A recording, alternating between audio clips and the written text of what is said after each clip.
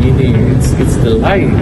The life itself is the meaning of the Holy Eucharist. Because the Holy Eucharist is always an encounter of Christ being present to all His people. Ngayon ako kanina sa nagpunta in the Holy Eucharist, it's no longer the bread of wine we partake. It becomes the real presence of our Lord Jesus Christ. That's what we hope and we pray for. That the moment we partake Christ in the Holy Eucharist, we hope, we pray that we will become like Him. Ang may sama taniya, this is all niya itong challenge kanunay. Yung meaning, mo nga, naatanay kausaban kanunay, sa itong kinabuhi, isang estudyante ba na, natanay kausaban kanunay, panahon ka magtapong ka sa Holy Eucharistic nga sa ulugan. Walang kamo, I tell you, while you're still young, find time to encounter Jesus in the Eucharist. My question is, why is faith important even when people experience love? It's very important. When we have faith, even if we face difficulties and uncertainties in life, when we have faith, we can still move forward.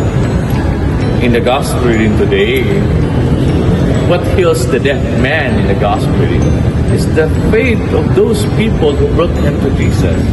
And most especially, his personal faith. His faith nga, the moment I approach Jesus, I'm sure I will receive healing and hope. That's it. When you are in trouble, when you experience depression, anxiety, never lose your faith in Jesus. Faith enables us to hope.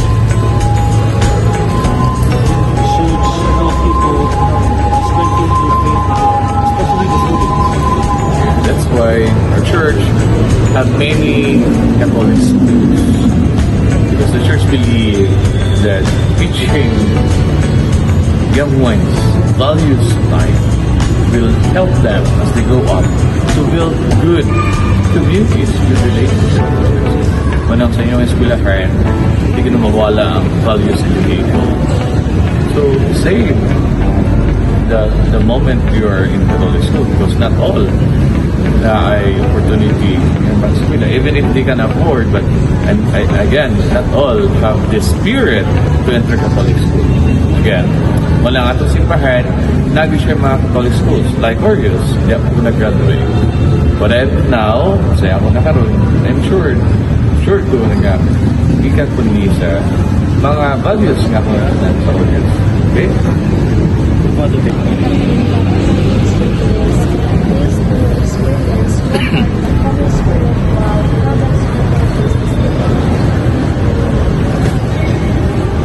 That's what I'm noticed, most especially to the young ones today.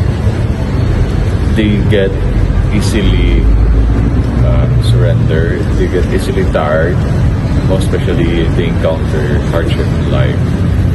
Kanang kulang sila nga pasensya. Sad to say, many young people today, they end their own life because siguro po sa mga influensya karon na sa social media dahil lang yung influensya. But even if time change, even if we face in this media ning paspas kaayo na technology, I think it's really also important sa mga ingon to have faith. To ask God always, every day, Lord, help me, encourage me to overcome all the hardship that I encounter now. Sabi na sa mga young ones, dili lang kaisa na maka-encounter problema manang when the problem comes, always approach Jesus. Okay?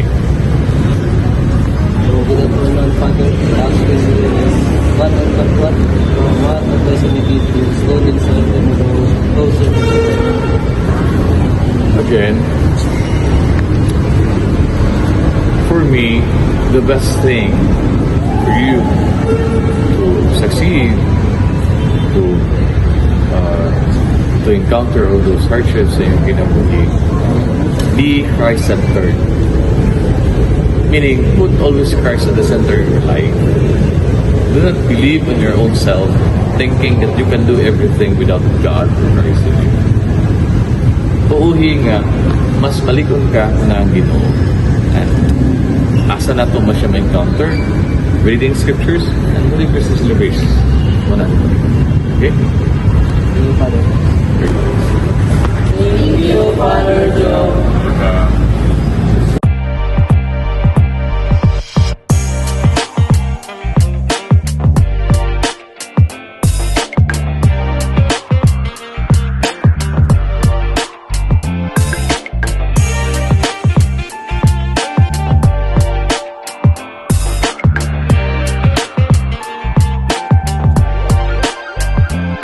Inspirasi tanpa batas, you know who I am. Notasi berotasi, telepati, stay the best man. You got it, movement, chill brotherhood. Rangkul lintas era, I'm proud to do that. Let's move, tapis ragu yang membelenggu. Dulu jadi budak, mereka bangga angkat dagu. Aku tetap jadi aku, walau temu titik buntu. Jalanku berkelok, namun fokus titik tuju. They say, jangan jalan di jalanmu. Namun kini mereka tiru jalan yang ku tempuh. Mereka ini ikut tren, aku pilih jadi lilin. Walau ku terbakar, aku terangi yang lain. Kopi sampai best, lalu teriak I'm the best. Storytelling tiap baik bak nocturnal, tinggal pupuk pes. Nilai pola pikir didaya tak kompleks. Why si rapper sombong yang stay di kompleks. Lirik busung lapar butuh kalori. Tak perlu cara instan untuk penuhi. Legasi senantiasa akan ku beri. Kenang tiap larik di lirik yang ku lacuri. Lirik busung lapar butuh kalori. Tak perlu cara instan untuk penuhi.